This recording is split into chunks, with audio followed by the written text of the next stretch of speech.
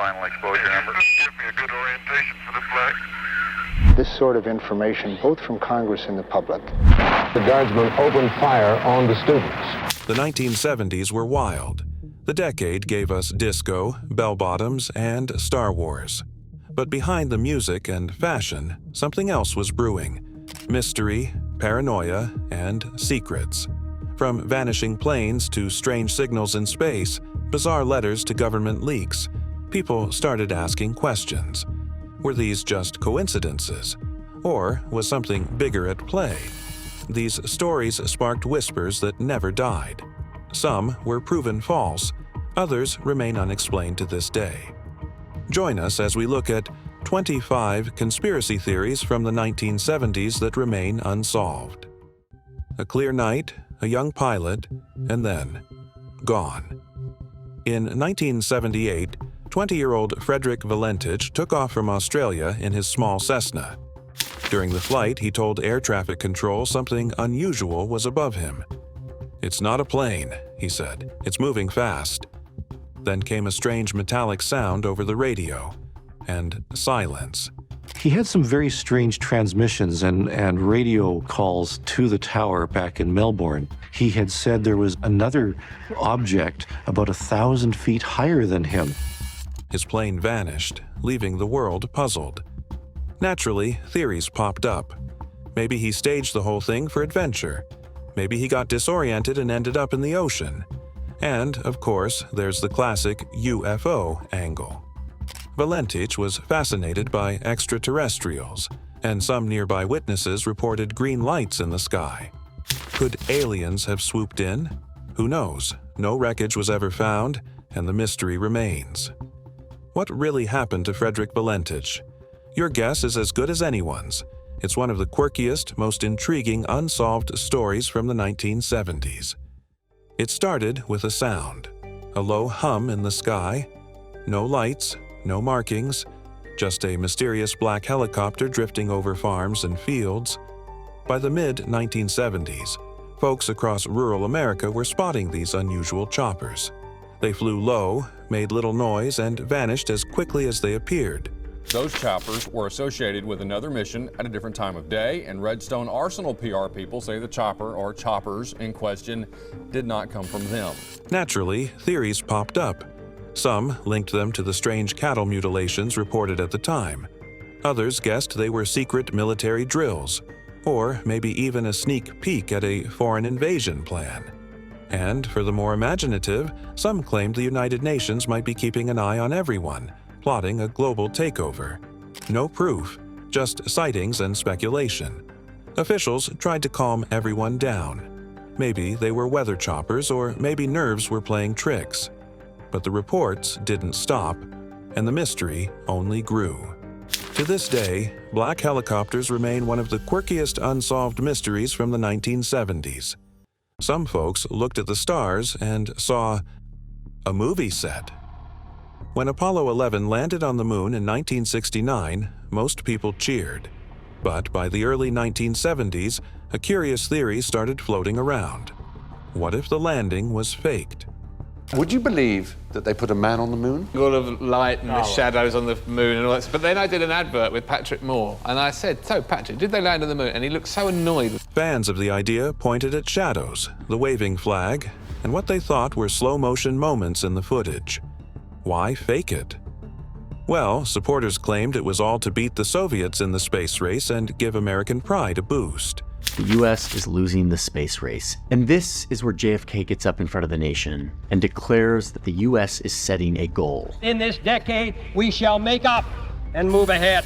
Books, articles, and documentaries kept the conversation going throughout the decade.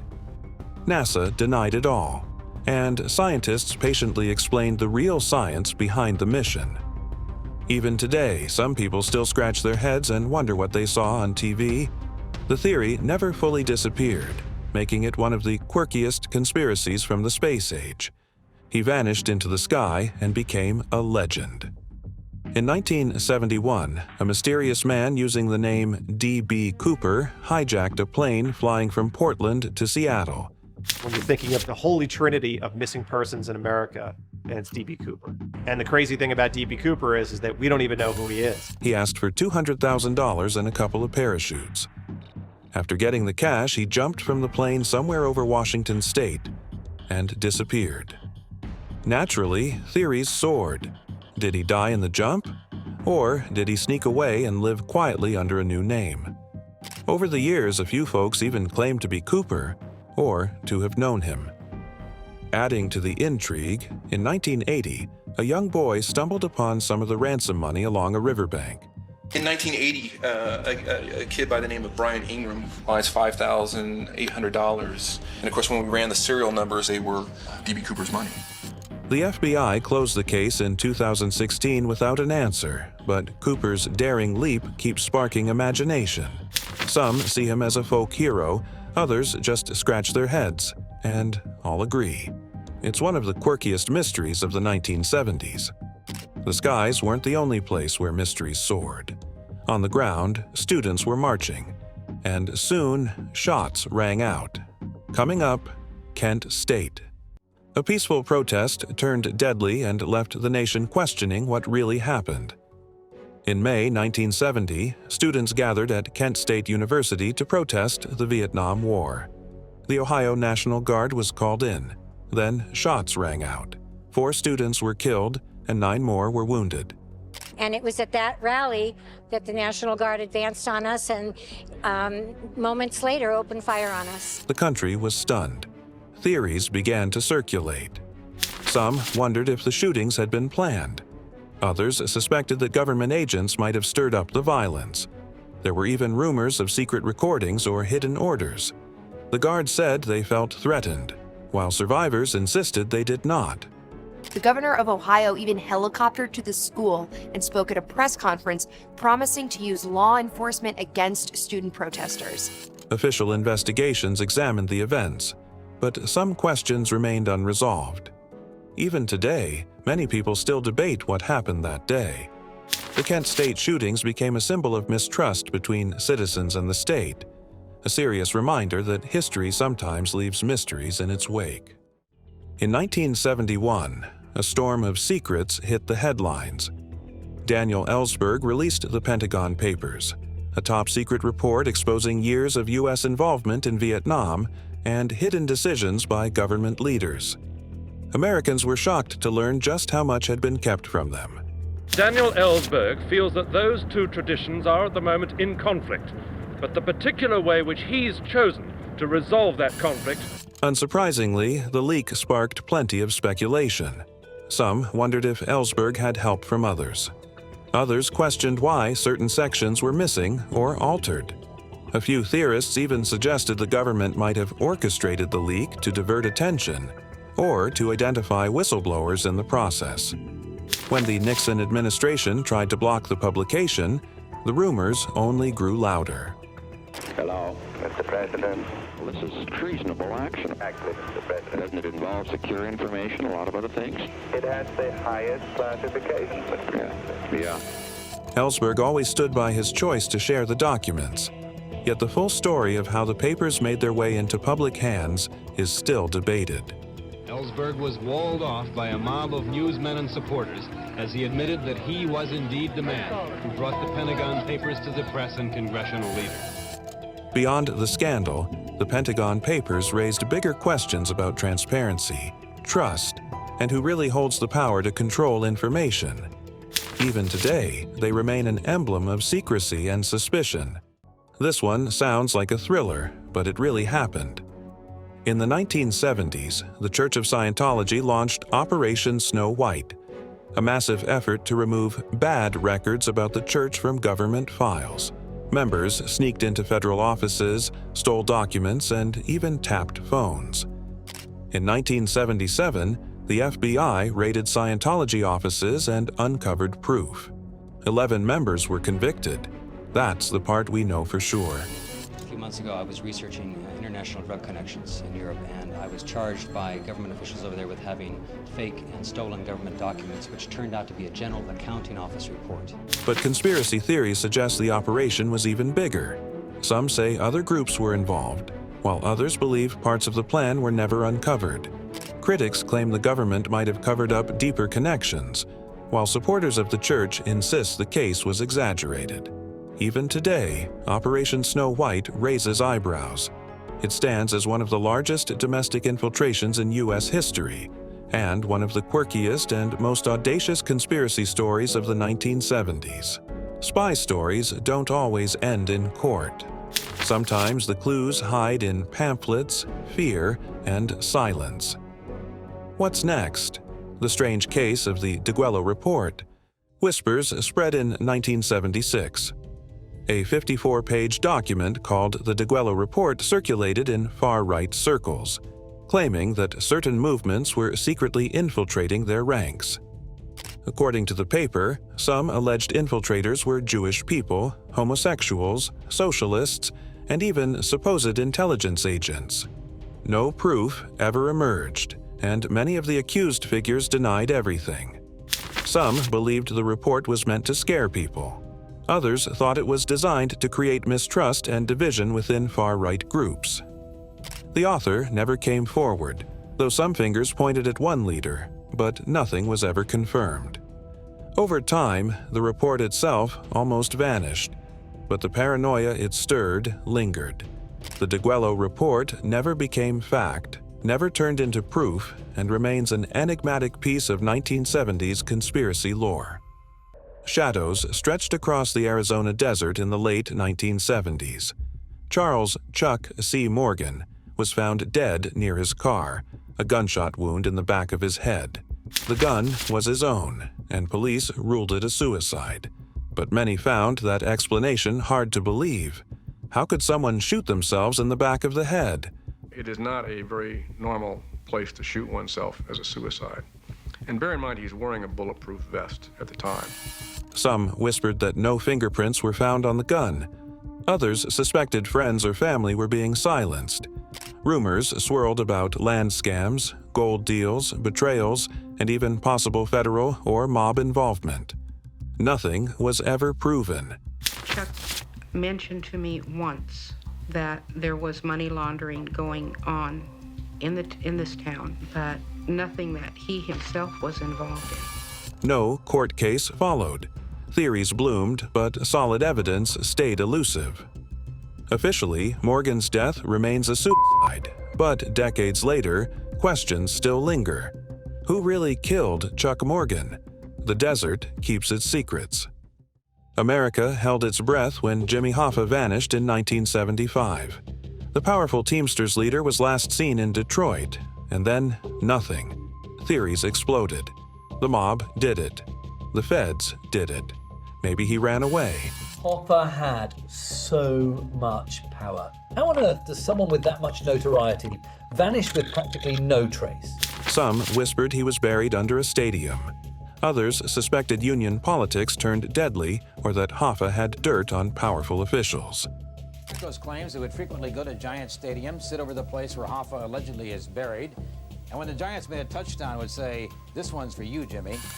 In 1982, he was declared legally dead, but no body was ever found. Over the years, confessions and leads surfaced, yet none proved real. Investigations opened and reopened, documents emerged, but solid answers never came. Jimmy Hoffa's body was brought to this site. It used to be a trash processing center that had connections to the Detroit Mafia. Hoffa's disappearance remains one of the most famous mysteries of the 1970s. Even today, people still ask the same question. Where is Jimmy Hoffa? Fear was creeping in the shadows by the late 1970s. Rumors began circulating about secret FEMA camps, hidden prison facilities where citizens could be detained without trial if martial law were ever declared. Some believed it was part of a sinister government plot. Others shrugged, thinking it was just survivalist chatter. Maps, blueprints, or official confirmations never appeared. Activists and newspapers warned of lost freedoms, while officials denied everything. Over time, the idea blended with other fringe fears.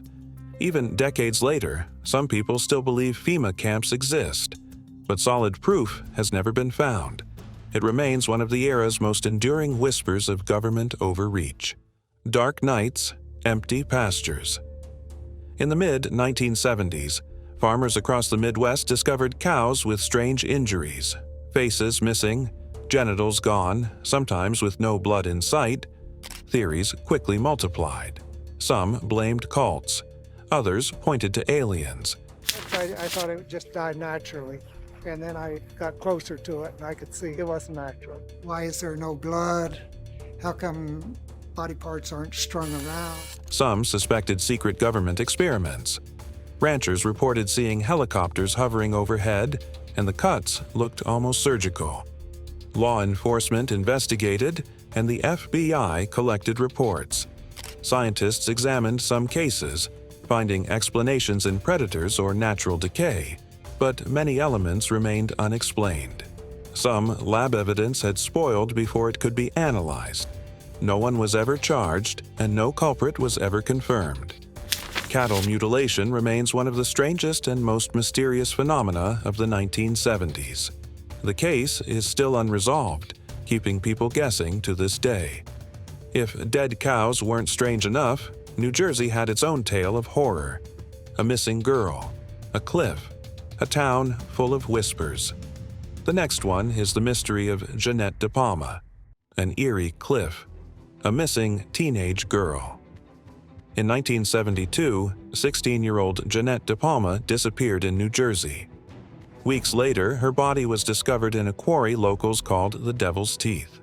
Some neighbors reported seeing strange things around the area. A dog reportedly found an arm first, and her necklace and purse were missing. Theories slowly began to form. His dog was out running around out in the woods somewhere. When the dog returned, a decomposing human arm in his mouth. This is the crazy story of 16-year-old Jeanette De Palma. Some whispered of cult rituals. Others suspected witchcraft. Some claimed occult objects were found nearby, and local legends only fueled the rumors. Police called the case suspicious but never officially labeled it a murder. No suspect was convicted, and no solid evidence proved any of the theories. Over the decades, people have continued to debate what happened. Justice has never fully arrived, and the mystery of Jeanette De Palma remains unsolved, a haunting enigma of the 1970s. The Watergate scandal shook the United States in the early 1970s. It began with a break-in at the Democratic National Committee headquarters in 1972 and led to President Nixon's resignation in 1974. Official investigations confirmed political wrongdoing and a cover-up, but conspiracy theories quickly emerged. Some claimed secret agencies, like the CIA, manipulated events behind the scenes.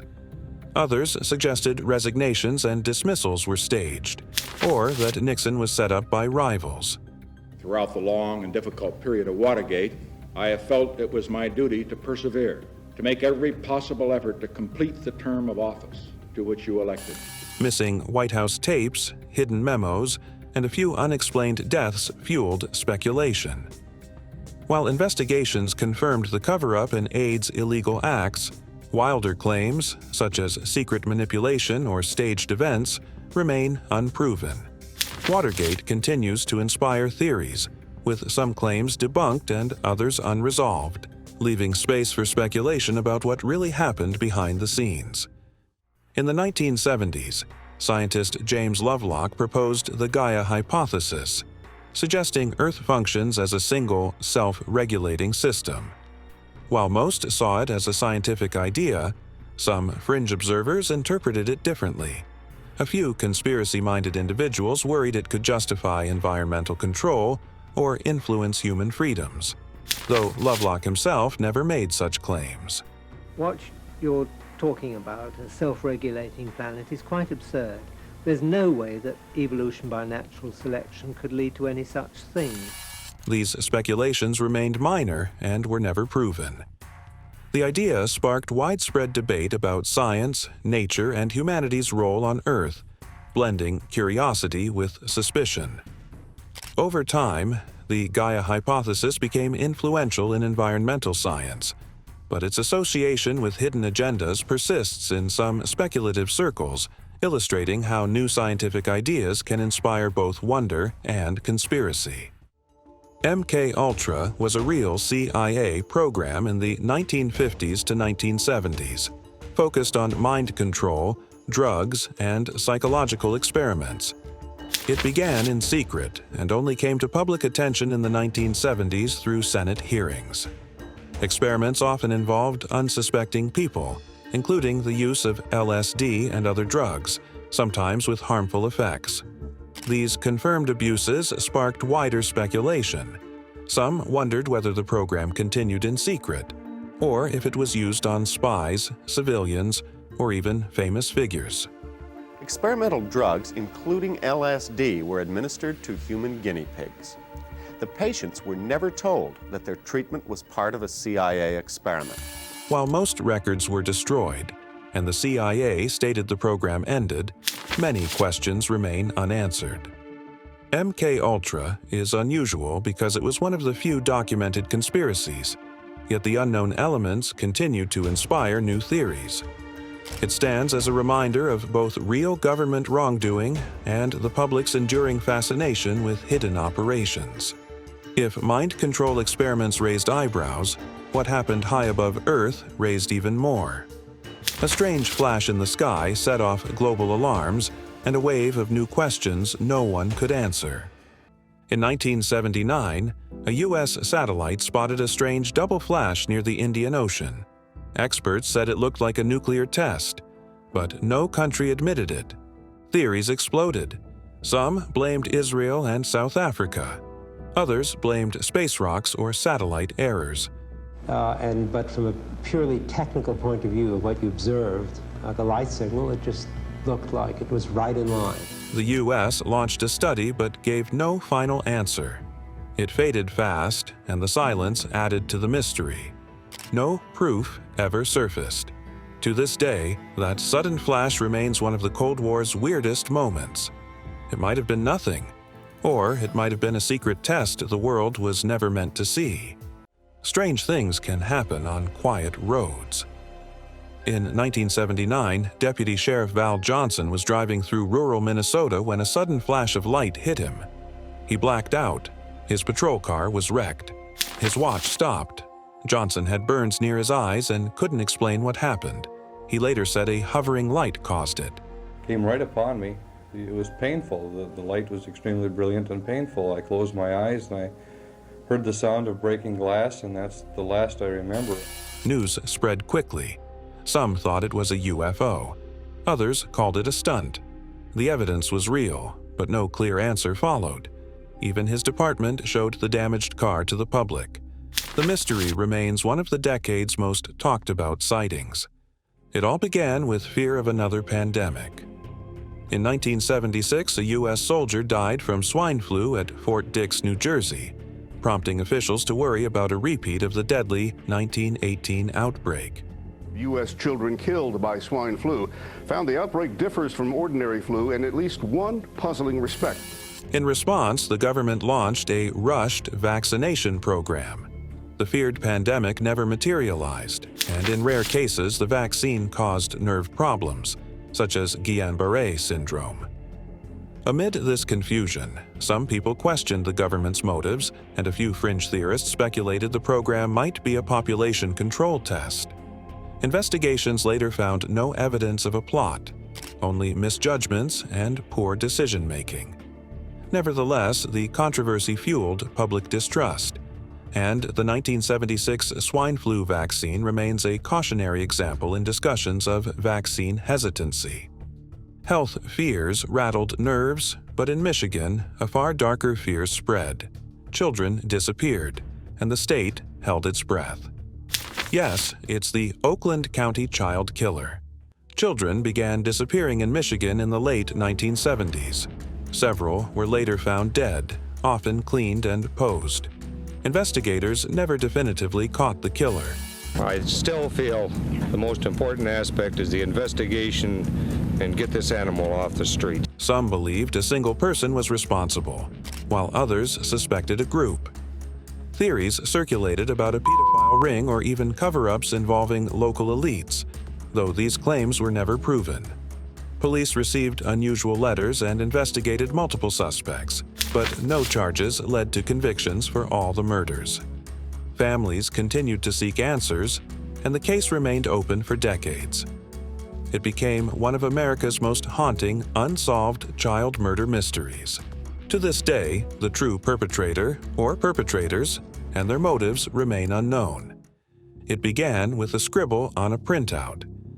In 1977, an astronomer at Ohio State University's Big Ear radio telescope detected a strange signal from space. It lasted about 72 seconds.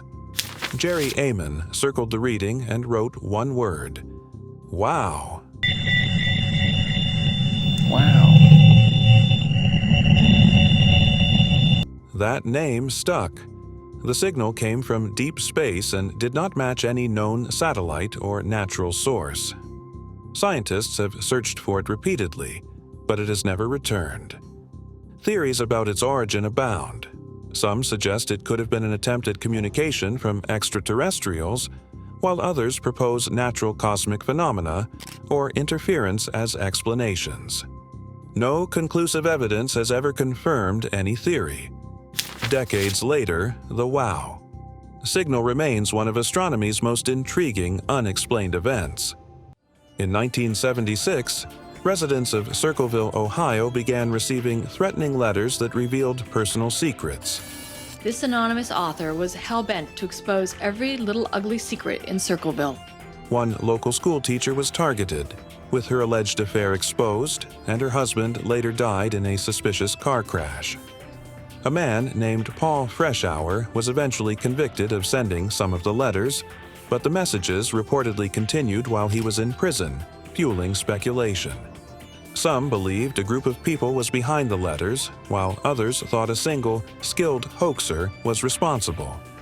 Despite media coverage and investigations, many letters remained unexplained. The Circleville letters continue to intrigue the public, a mysterious case of secrets, threats, and unanswered questions. Mob boss Sam Giancana ruled Chicago's underworld. Has been accused of intentionally flooding the streets with hard drugs. The CIA and law enforcement has supposedly been funneling drugs.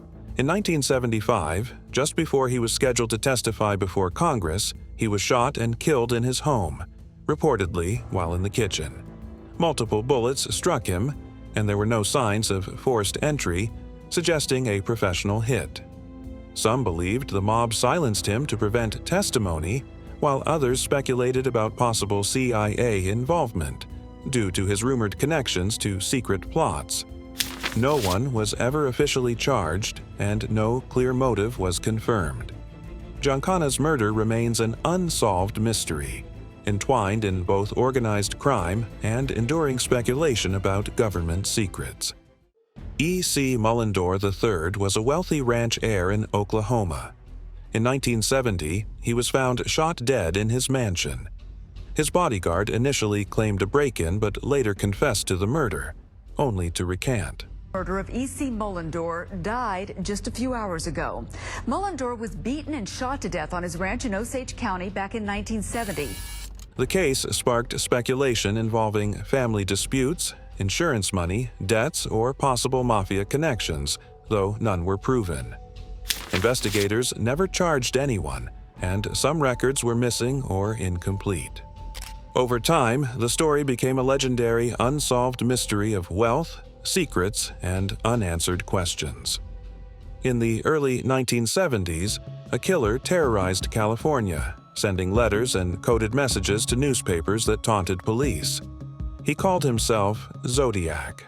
The status of the case is just about as it was. We're getting many letters and telephone calls and everything. There's no specific person that we suspect at this time. And in at least one attack, witnesses reported seeing him in a strange costume. At least 5 people were confirmed dead, though he claimed more. Police interviewed multiple suspects, but none were definitively charged for all the crimes.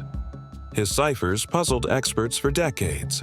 One was partially solved in recent years, but revealed no identity. Theories about the Zodiac's identity ranged from a disgruntled individual to secret societies, though none were proven. The case remains one of America's most famous unsolved serial killings, with the killer's true name, motive, and fate still unknown.